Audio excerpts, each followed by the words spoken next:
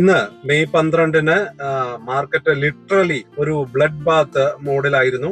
Middle ഈസ്റ്റിലെ ആ ഒരു ടെൻഷൻ, അതുപോലെ തന്നെ crude oil spike, rupee record low, ഈ 3 ഫാക്ടേഴ്സ് ചേർന്നപ്പോൾ ഇന്ത്യൻ മാർക്കറ്റ് ഒരു പാനിക് സെല്ലിംഗിലേക്ക് ഇടിഞ്ഞു വീഴുന്നതാണ് കാണാൻ കഴിഞ്ഞത്. ഒരു ദിവസം കൊണ്ട് ഇൻവെസ്റ്റേഴ്സിന്റെ ഏകദേശം 12 ലക്ഷം കോടി വെൽത്ത് മാർക്കറ്റിൽ നിന്ന് വൈപ്പ് ഔട്ടായി. സെൻസെക്സ് 1456 പോയിന്റ് ക്രാഷ് ചെയ്ത് 74,559 ക്ലോസ് ചെയ്തത്.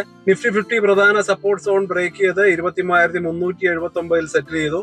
ബാങ്ക് നിഫ്റ്റിയും ഹെവി പ്രഷറിൽ തന്നെയാണ് ട്രേഡ് ചെയ്തത്. ഇത് മാർക്കറ്റിന്റെ തുടർച്ചയായിട്ടുള്ള 4ാമത്തെ വീക്ക് ക്ലോസിംഗ് ഡേ ആയിരുന്നു. മേജർ സെല്ലിംഗ് പ്രഷർ വന്നത് IT, mid cap, small cap സ്റ്റോക്കുകളിലായിരുന്നു. Middle east geopolitical tensions കൂടുകയും ഹോർമൂസ് കടലിടുക്കിന്റെ സപ്ലൈ ഡിസ്ട്രപ്ഷൻ ഫിയർ ഉയരുകയും ചെയ്തതോടെ ഗ്ലോബൽ ഇൻവെസ്റ്റേഴ്സ് റിസ്ക് അസറ്റുകളിൽ നിന്ന് എക്സിറ്റ് ചെയ്യാൻ തുടങ്ങി. ഇന്നത്തെ ടോപ്പ് 3 ഇൻഡിവിജ്വൽ സ്റ്റോക്ക് സ്റ്റോറീസ് നോക്കുകയാണെങ്കിൽ Adani ports global trade dispute fear കാരണം സ്റ്റോക്ക് 4% ക്രാഷ് ചെയ്തു. ഷിപ്പിംഗ്, ലോജിസ്റ്റിക്സ് എക്സ്പോഷർ കാരണം ഇൻവെസ്റ്റേഴ്സ് ഒരു വല്ലാത്ത ഒരു കോഷ്യസിലായിരുന്നു.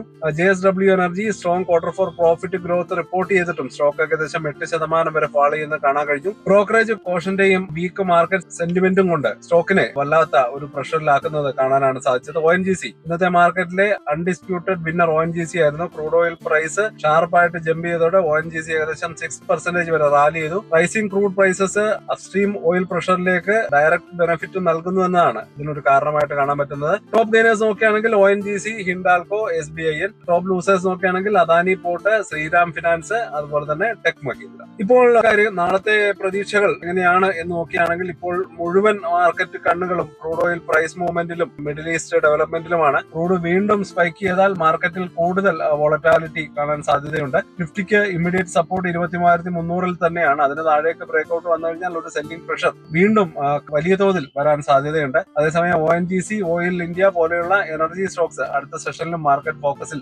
തുടരാൻ സാധ്യതയുണ്ട്. നാളത്തെ മാർക്കറ്റിന്റെ ആ ഒരു മൊമെന്റം ഈ ഒരു വിഷയങ്ങളെയൊക്കെ ആശ്രയിച്ചിരിക്കും എന്ന് തന്നെ നമുക്ക് കരുതാം. അപ്പോൾ ഇത്രയുമാണ് ഇന്നത്തെ സ്റ്റോക്ക് ന്യൂസ്. മറ്റു വിശേഷങ്ങളുമായിട്ട് നാളെ വീണ്ടും കാണാം. അതുവരേക്കും ഹാപ്പി ഇൻവെസ്റ്റിംഗ്. ബൈ.